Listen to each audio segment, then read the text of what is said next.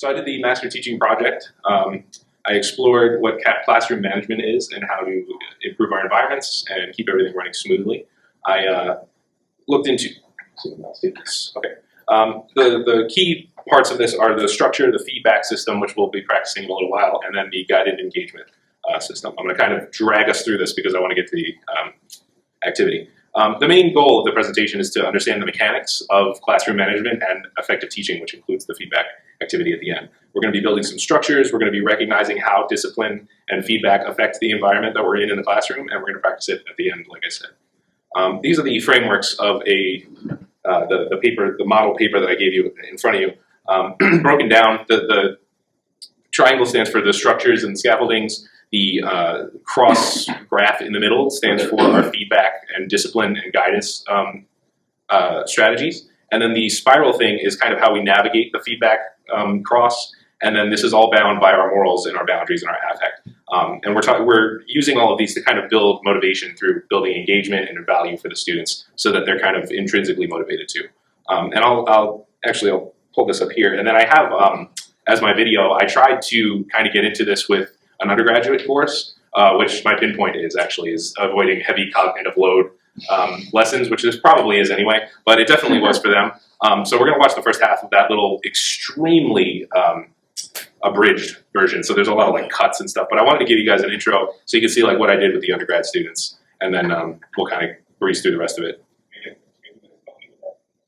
Busy things. Where's my music? How do I get up and pull? What we were talking about, I end up already proceeding to. Okay, good. I like this example for a particular reason. So you're talking about being chill. So can you be chill without losing management? Can you not lose control? How can you do that? Does anybody have an idea? Learning to respect you, right, and knowing where I guess your boundaries are, right? And then the tolerance aspect, I think, is a key point that you just hit on there. So your tolerance for things, for instance, taking out a phone. So it's not only establishing I don't want phones, but how much phone time is like reasonable, acceptable. You know, if they're just like real quick, put it away. I don't think that's something to really get on with. I think for me, like, hey, I really appreciate that you kept that real quick and put it away. Like, for me, that's a couple of times in the first week, and they don't that that's what I'm okay with. Yeah, reinforcing that behavior, right? Yeah, and the students have that respect. You have them where they know you're not going to freak out if they're texting for 12 seconds or something like that, and they're going to try to respect you. So we have 3 C's. Can you guys give me what you think coherency means in this kind of thing? So not only that they're all they understand them, but it all works together. Like it makes sense. It's got to be logical for them, or else they're going to be like, "What's the point of doing that?" You know, they're going to try to make up their own rules as much as possible. So it all makes sense. You tell them exactly why we don't leave our cases in the middle of the floor because everybody's going to trip all over them. Everybody goes, "Oh, yeah, that makes sense." You know, they're going to try to do that. What does continuity mean? Progress from like lesson to lesson. Yeah, so we're not just reaching for topics every day, right? Now, what does it mean in like the classroom management context?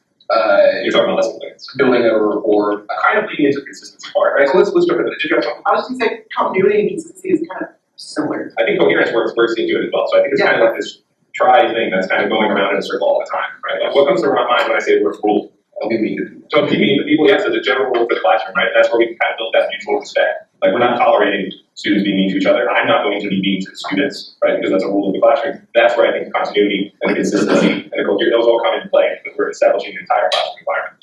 I don't like this word rewards. Behaviorally, like from behavioral science, we want to talk about reinforcing rather than rewarding. Like, well, what comes to mind? We just talked about rules. What comes to mind when I say reward?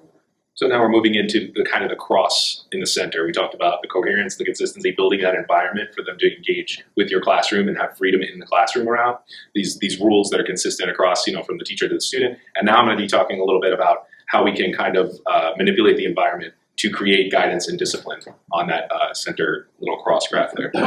John, yes, that's pretty much perfect. What else, John? Okay, let's go with the data. What else we got? But yes, I think you guys are making a good point there. Candy is the reward. We don't get it. I mean, not to mention, you're going to have a lot of candy wrappers. Yeah. You're going to have a lot of dirty.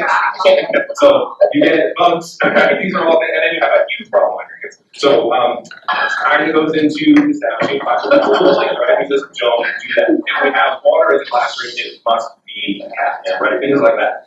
Those are the kinds of things that I would be like, hey guys, that's not capped. Please do it every single time. That's where the consistency comes in. We can't let some students pass. We can't let some situations pass until it becomes a habit. I'm going to talk a little bit. We'll stop there. So that's kind of, that was before I had this concept drawn out, but that's kind of the breakdown of what I'm trying to get kids to understand. And the other half of that video is me talking about how we navigate the spiral part in the middle, which is like giving things to them, presenting things to them, or taking things from them to kind of modify their behaviors and control the environment in the class. So just to kind of, again, breeze through most of this stuff, this is the outer structure, the triangle in which we're talking about consistency, continuity, and coherence. I put a bunch of other C words in there that are kind of relevant, but I talked about this in the video. And then we want to be careful about poor structure or any kind of poor design, because it's just going to add it's called extraneous cognitive load, where they're like having to figure out what's happening or having to search for things. Any of that is just kind of wasting brain power. And in order to make a procedure and have them be able to move around freely in our classroom, we have to make our procedures very clear in order to establish rules that the kids can follow. And when we're making lesson plans, we want them to be very concise, very to the point. We don't want to be like Sylvester the cat. We made this nice little contraption here.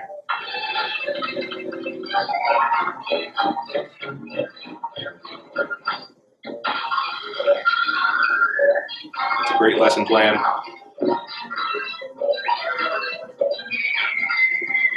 And it ends up hitting him instead of affecting the students in any way. I don't know if that actually came across, but the point being, we don't want it to be overly excessive amounts of cognitive load, like too many things happening, too many parts happening, or we're going to lose the students. Kind of like what's happening right now. So we're going to keep going.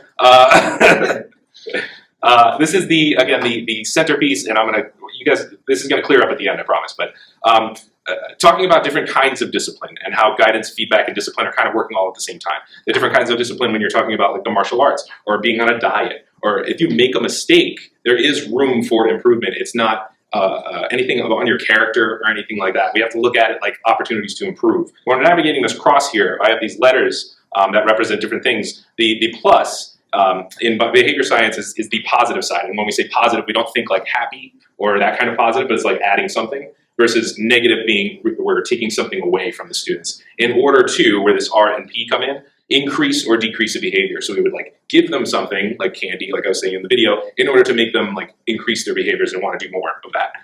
The guidance is always evolving. It's like kind of this sliding scale based on the student and what they need. And then there's this optimal learning strategy called guided discovery, which it explores complexity and lets the students have freedom while still kind of guiding them and assisting them where needed. And it focuses on things called worked examples, which we'll have a couple of those in a couple minutes here, or in a second here. It gives them independence, they learn problem solving, and they have a lot of control. And again, you're supposed to be avoiding the heavy cognitive load, but I want to draw your attention over here on this feedback side, because the feedback is very important. It needs to be immediate, which is very difficult to manage when you're in the classroom. It needs to be very specific. There needs to be a cause and effect. It needs to have room for growth, and we need to preserve dignity, which in the Hendricks book, I think is love and logic is the concept that's behind that. So in the center of the positive, adding, negative, removing, reinforcement, increasing behavior, or punishment, decreasing behavior, we have all these different techniques that are happening depending on the situation. If you're one-on-one with a student, obviously the intensity of what's happening, the intensity of your response. So for instance, on this positive reinforcement side, so I'm giving them something to reinforce their behavior. I could give them approval. I could give them some new fun music. That's kind of like a more intense version of the positive reinforcement. I can give them a special role to do something special in the class. Or like, the ultimate would be like an extra field trip or like a pizza party or something.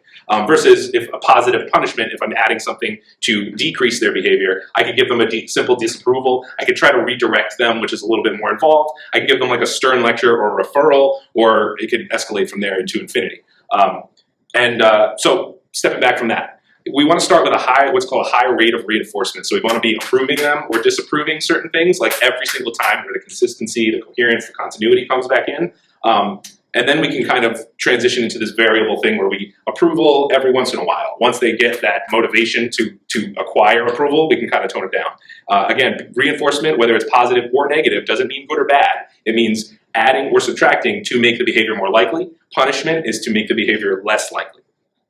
And you can kind of consider these different quadrants if the students are being too loud, or they're on their phone, or they're not practicing, they're tardy all the time, there's conflict in the class. So then this outward spiral kind of, like I said, goes off into infinity, but it's bound by what this little dotted section is on the graph, which is your morals, your boundaries, and your emotional affect. That's where things like happy, sad, good, bad, motivation, value, importance, and relevance, like Thurman was just talking about, the comfort in the room versus students' anxiety in the room, and then your intent versus the actual impact that's happening in the classroom. This is all driven by student and teacher choices. That's the behavior consequent equation right there. But again, it's bound by whatever your morals might be. So your morals might be, I'm sure everybody's had a teacher that pretty much lives in this area of any kind of discipline or management, right? They're just kind of always yelling at the students. Everybody's doing everything wrong all the time, right? So you kind of shape where your morals and boundaries are going to allow you to have the most effect back and forth with the students in the class. And this kind of creates a social emotional safety for the students, where they know like everybody's emotionally regulated, like nobody's going to freak out and yell at them. That's kind of what we're trying to create here. And again, that's where the love and logic thing comes back in. So that was very quick, but I did want to give a couple of worked examples here, which is part of the feedback and learning process. So does anybody have an idea of what the difference between reinforcing a student and rewarding them might be? You can just literally spit it out, or I'll just kind of drag us through it if we need to. Those can be rhetorical as well. If there's any kind of an issue with using a token or a treat as a reward, maybe this is better as a rhetorical thing. And then thinking about what makes up effective feedback, like I said, specificity, the immediacy, all of those kinds of things. So then I have these little mini exercises. Can you tell me which student likely perceived the task, even if you were meaning it as a punishment, perceived the task of being the one to pass out papers as a reinforcer? And obviously it's a pretty simple thing, it's the student that's smiling, right? So again, even if we're like, oh, I'm gonna make you pass out papers, they might be like, I'm a paper passer, so your intent versus the actual impact. There are two behavior styles that I was looking at over here, and I kind of, unfortunately, the analogy is a prison, but there's the proximity version, which is like being a guard and like being next to them, versus like just having a presence. This is the only analogy I could really think of. And then in this bottom right corner is where the positive negative reinforcement thing comes back in. If students were allowed to use phones during class, but now it's becoming to the point where they're too distracted and it's affecting the rehearsal, maybe you can think of an example of adding something to increase the behavior of not being on your phone so much and distracting the classroom. I hope this is kind of making a little bit of sense as to what I'm trying to get across. There are different ways. We can also take something away in order to increase or decrease behaviors. Like over here I have like removing repetitions so that they know that they're getting better. We don't need to practice as much because you guys are doing better. Removing class time and giving them free time just so that they know, I appreciate what you did, you can have 5 minutes to yourself. Removing homework or a test. And the same thing to punish them. We can remove their freedom by giving them assigned seats. We can take their phone away, which is going to try to decrease the behavior, and or give them detention, which is kind of another form of taking their freedom.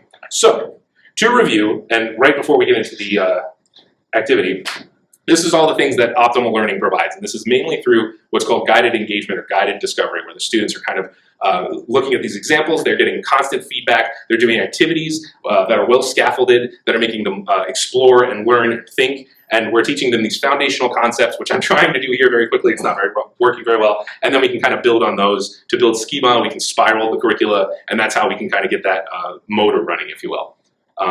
These are just a couple of other little examples. Now we're moving into my activity world, which a lot of this comes from the behavioral science world, which is also very involved in the dog training world, which a lot of you know that I do. And in the dog training world and in teaching in general, as Hendricks tells us, the addition of smaller steps on the left side of this is where most of the learning happens. But unfortunately, most teachers are like, okay, we got to get this done. I'm going to keep trying to combine steps, and it's very counterintuitive. Using different techniques actually out of the dog training world, like positive behavioral contests, they do all this stuff and they only get one measly, bone versus, hey, you did great, give them the high rate of reinforcement. You did awesome, that was amazing.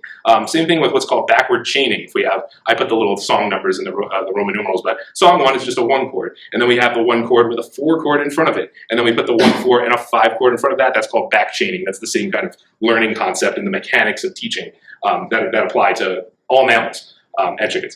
And then there's what's called prompting, which we would think of as scaffolding. So you just remove the scaffold until the dog or the human or whatever can do what you're trying to get them to do. So now I would like to do our activity. And if you don't want to participate, I completely understand. But this is a mechanical feedback activity to get the specificity and the timing of our feedback really sharp. So I have some materials here. I would love it if you guys could pair up, grab a chair, and find a spot. I don't know. So we're going to be using these clickers I have here. Oh, Okay, we're gonna get so annoying right now. Yes, it is. Alright, so let me give the rundown real quick. So this is a guided discovery and a shaping feedback activity, okay? The clickers are going to be our timely feedback. That's going to be the only thing that you're allowed to use during the activity is the clicker, okay? The chairs are going to be the scaffolding. Decide who's going to click and who's going to act, I guess. And then whoever it is takes the card.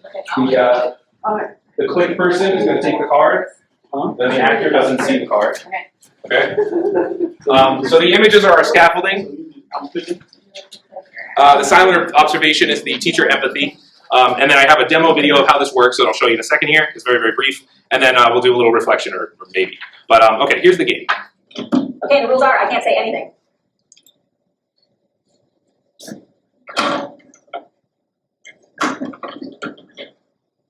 So she clicks very late. Like you want it to be as soon as you see the person doing what you want them to do. She's like clicking after the fact. So yes, he's just guessing. This is the discovery part. But when he does something, so he knows it's the chair, right? This is literally for dogs, so. Again, she's clicking extremely late. I don't like it, but that's just me being a stickler. He knows it's the chair. Okay, well, he does some other things that are not quite right. He gets back there. He gets more clicks, and she's actually giving him some rewards or reinforcers as well. He doesn't know what to do. He's putting his leg. There's just silence. So the thing is, we're either giving positive reinforcement, right, or negative punishment. The negative punishment would be the withholding of the click, right, the withholding of approval, okay? So he doesn't know what the problem is, what the deal is. She puts a nice placement, so he's looking on this side of it, and he starts moving. So that's where, like, directing them in the correct direction, at placing your feedback where you need it to be, the specificity of where you're putting it, the timeliness, okay? And again, she's very late. And that was what you wanted him to do, was walk around and sit in the chair, I guess. So again, whoever's doing the clicking is going to try to get the other person, who's going to be guessing, to act out the thing on the card. Does that make sense? Yeah. And every time they do something that's close to it, moves slightly toward it, you click. If not, there's no click, okay? I'd like to see if this is like an experiment, so let's give it a shot. All right. Oh, I didn't put the... All right, here's the directions if that was too much of too quick. If you'd like some, yeah, if you want to like hold it. You can if you want. There's only 3 of those. So most of them are seated, and yeah, any like motion toward it, we're going to be shaping those motions. All right. Go ahead and take it away, guys. You can all go for it. So we gotta give these, and if he does it, right? Those are used for like extra. It's like a reward extra. But usually, most of the time, we have 3 of these. You start getting warmer, and if I do it, then I'll do that. So as soon as she does anything close to it. Okay, now it's giving her some feedback, right? To keep trying to discover. Yeah.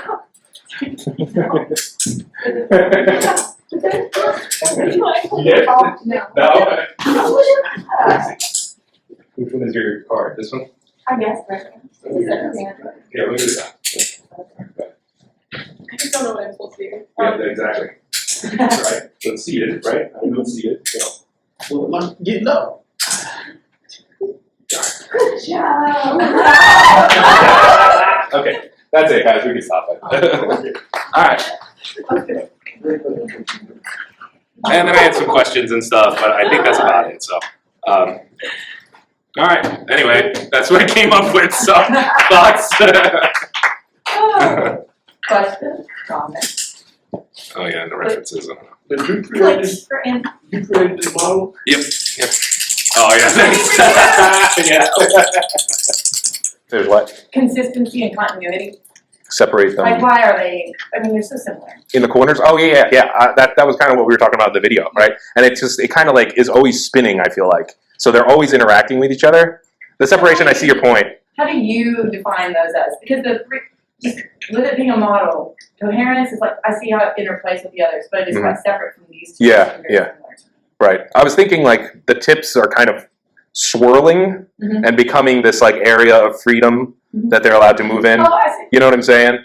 And then within that, you're managing all of that with all the stuff inside. Yeah. That's how This was like a spinning triangle. Yeah. I see it now. That's the freedom portion. My other question is about the spiral in the middle. Mhm. It's not supposed to, it's like a line with an arrow. Like you're not saying that it like linearly goes No. through these quadrants Right. in this order. No. You can like smoosh it out. Right, and you're always kind of trying to do that in your classroom. You're always trying Yeah.